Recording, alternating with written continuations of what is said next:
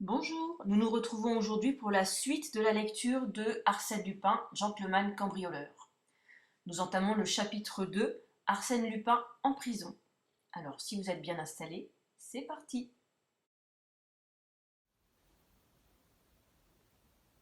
Chapitre 2. Arsène Lupin en prison. Il n'est point de touristes dignes de ce nom qui ne connaissent les bords de la Seine, et qui n'ait remarqué, en allant des ruines de Jumièges aux ruines de Saint-Vendrille, l'étrange petit château féodal du Malaquis, si fièrement campé sur sa roche en pleine rivière. L'arche d'un pont le relie à la route. La base de ces tourelles sombres se confond avec le granit qui le supporte, bloc énorme détaché d'on ne sait quelle montagne, et jeté là par quelque formidable convulsion. Tout autour, l'eau calme du grand fleuve joue parmi les roseaux, et des bergeronnettes tremblent sur la crête humide des cailloux. L'histoire du Malaquis est rude comme son nom, revêche comme sa silhouette. Ce ne fut que combats, sièges, assauts, rapines et massacres. Aux veillées du pays de Caux, on évoque en frissonnant les crimes qui s'y commirent. On raconte de mystérieuses légendes. On parle du fameux souterrain qui conduisait jadis à l'abbaye de Jumièges et au manoir d'Agnès Sorel, la belle amie de Charles VIII. Dans cet ancien repère de héros et de brigands habite le baron Nathan Cahorn, le baron Satan, comme on l'appelait jadis à la bourse où il s'est enrichi un peu trop brusquement. Les seigneurs du Malaquis, ruinés, ont dû lui vendre pour un morceau de pain la demeure de leurs ancêtres. Il y a installé ses admirables collections de meubles et de tableaux, de faïences et de bois sculptés. Il y vit seul avec 3 vieux domestiques. Nul n'y pénètre jamais, nul n'a jamais contemplé dans le décor de ces salles antiques les 3 Rubens qu'il possède, ses 2 Watteau, sa chaire de Jean Goujon et tant d'autres merveilles arrachées à coups de billets de banque aux plus riches habitués des ventes publiques. Le baron Satan a peur. Il a peur non point pour lui, mais pour les trésors accumulés avec une passion si tenace et la perspicacité d'un amateur que les plus madrés des marchands ne peuvent se vanter d'avoir induit en erreur. Il les aime âprement comme un avare, jalousement comme un amoureux. Chaque jour, au coucher du soleil, les 4 portes bardées de fer qui commandent les 2 extrémités du pont et l'entrée de la cour d'honneur sont fermées et verrouillées. Au moindre choc, des sonneries électriques vibreraient dans le silence. Du côté de la Seine, rien à craindre, le roc s'y dresse à pic.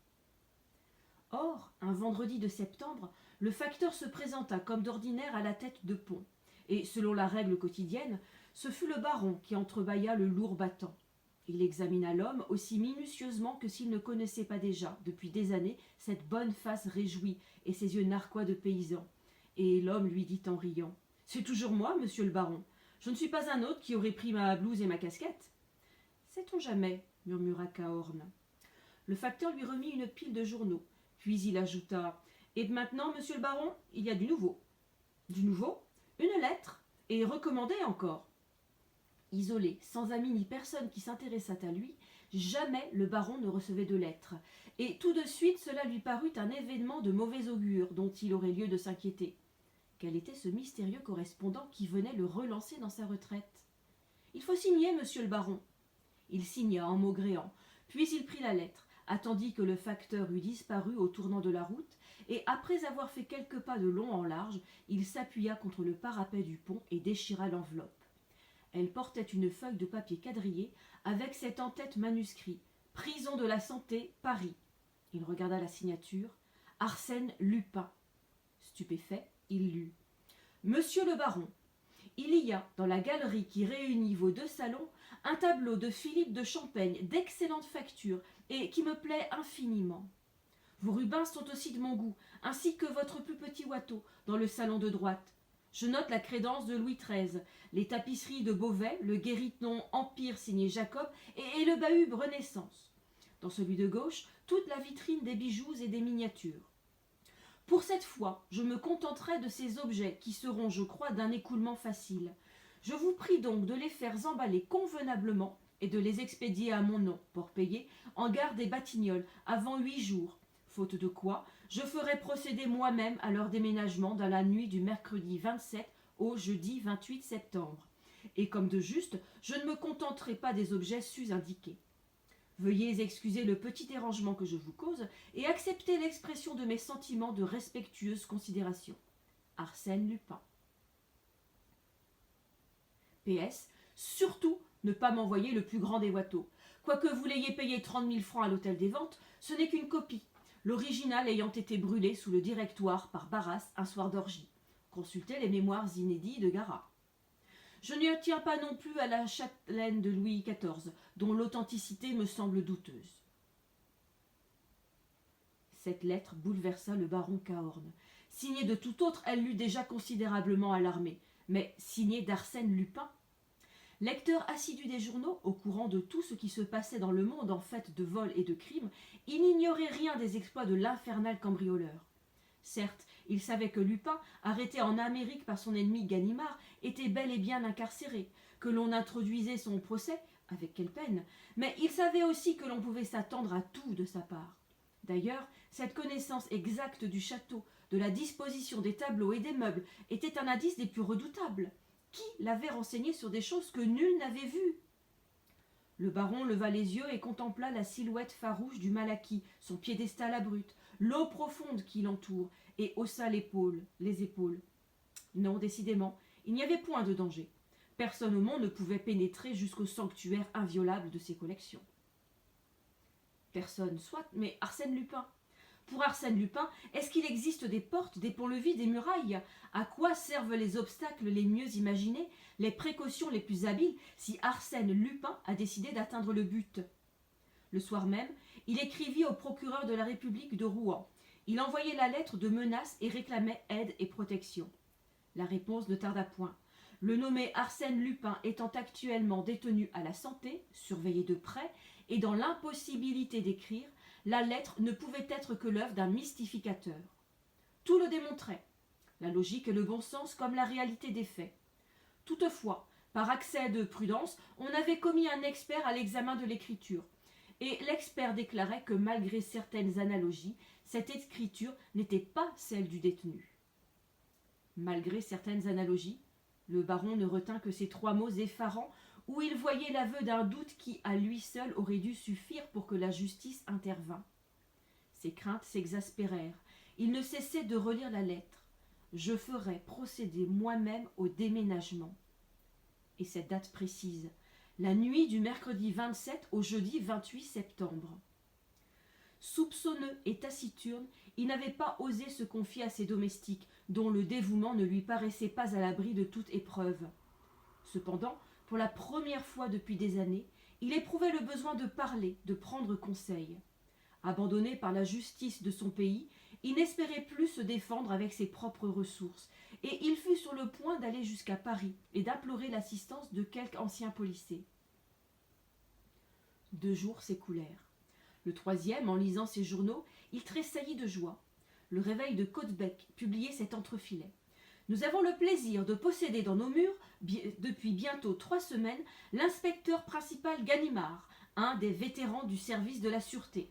Monsieur Ganimard, à qui l'arrestation d'Arsène Lupin, sa dernière prouesse, a valu une réputation européenne, se repose de ses longues fatigues en taquinant le goujon et la blette. Ganimard, voilà bien l'auxiliaire que cherchait le baron Cahorn. Qui, mieux que le retors et patient Ganimard, saurait déjouer les projets de Lupin?